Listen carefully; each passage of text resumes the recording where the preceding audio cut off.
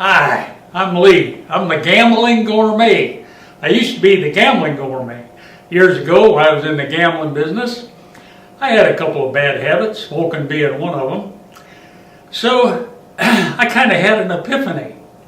You know, an epiphany, that's when you get an aha moment, but it's got a bunch of more letters, you know. I thought, you know, if I stopped smoking, I'd probably stop coughing. Steel trap mind, I know. So I stopped. It was hard.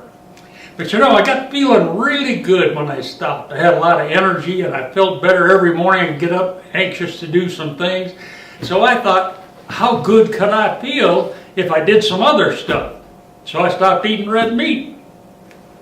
Stopped eating meat at all. I became a vegetarian and a Presbyterian and a couple of other Aryans I can't even remember. A Presbyterian, oh, they believe that when you die, your soul goes up on the roof and you can't get it down. Well, that didn't last very long because, you know, not everybody has a roof around, so I kind of gave up on that. But the vegetarian, it lasted for a couple of decades. And while I was doing that, I thought, well, I should bake my own bread because I love bread and I love homemade bread. So I started baking my own bread.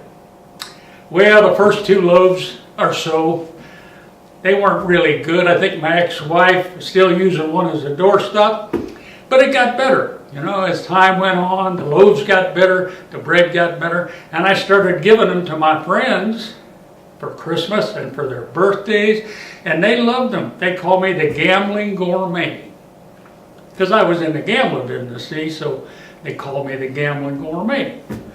But then I had a midlife crisis. I moved to Arizona. I became a counselor, and I discovered that I was gluten intolerant. What a bummer. I mean, you can imagine, much as I like bread, much as I like pasta and pizza, and now I couldn't have any of those. I fought it for a while, but you know, with the pain and the bloating and the gas and the rash, I finally gave it all up and decided that I would eat gluten-free.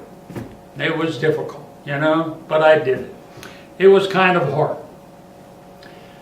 But then I figured, you know, with all my expertise at baking wheat bread, why not bake gluten-free bread? I mean, it's the next logical step, right? So I figured it would be a snap. Now, what did I know? Well, I know now. Not all that easy. You know, it took me 4 years of experimenting with all these specialty flours and xanthan gum and stuff like that. You know about all those ingredients. But, you know, I had tried that store-bought gluten-free bread, and it tasted, and it smelled, and it looked like cardboard. Honest to God, it sucked. It was so bad. So I decided, go ahead and struggle and find a gluten-free bread that you can eat and enjoy that's nutritious and delicious. Let me tell you, I finally, after 4 years, developed this delicious, wonderful, moist, chewy, gluten-free bread, all gluten-free ingredients. And this is better than the store-bought bread too, because it doesn't have any of that nasty cornstarch in it, doesn't have any of that nasty potato starch in it, and it doesn't have any of that nasty potato flour. Because when you combine starches like that and you eat those 2 starches together, it gives you indigestion. It's not good for your tummy, you know? I mean, let's face it, a lot of people do it. You know, there's a lot of people out there combine starches. But the antacid business in this country pulls down billions of dollars a year because people go ahead and... Now here's a loaf I baked not too long ago. I mean, isn't that beautiful? Isn't that beautiful? Look at that. And the smell is fantastic. And it's very, very flexible. Let me show you. I'm going to slice you a slice out of here, and I'm going to show you just how cool it slices. Look at it. See that? That texture is amazing. And the smell and the taste is unbelievable. I'm going to show you how easy that slices. Just like slicing through butter. Look at that. Flexible. Can't do that with cardboard.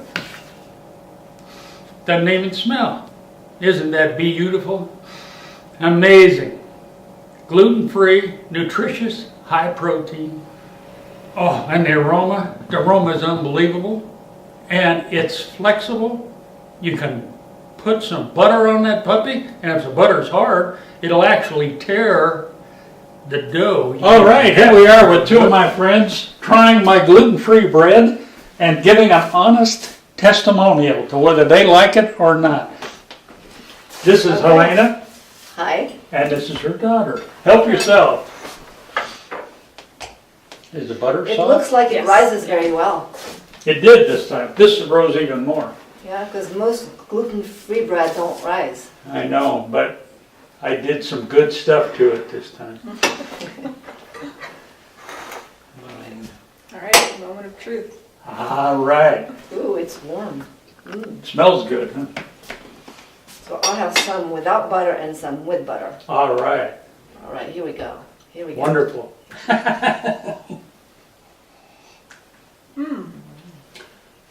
That's really good. Wow, it's soft. Is that really good? Is that not It's the really best good. gluten-free bread you've ever tasted? Yeah, it's really light. It's fluffy. Yes. Good texture. Gosh, it's hard to Good tell it's taste. not wheat bread. It's Not better like bread. for you. More nutritious. Yeah. High protein. Oh. Very good. Yeah, that's very good.